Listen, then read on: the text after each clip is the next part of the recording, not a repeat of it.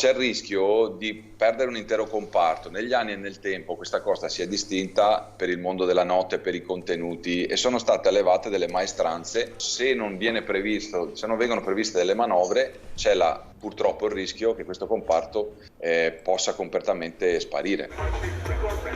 Non usa mezzi termini Franco Polato, presidente del sindacato dei locali da ballo di Venezia. L'ultimo provvedimento del governo, al di là delle considerazioni sanitarie, è un colpo ferale per il comparto, ma il peggio è che l'incertezza domina anche l'autunno. A settembre infatti riapre la maggior parte delle discoteche. L'80% dovrà aprire a settembre-ottobre.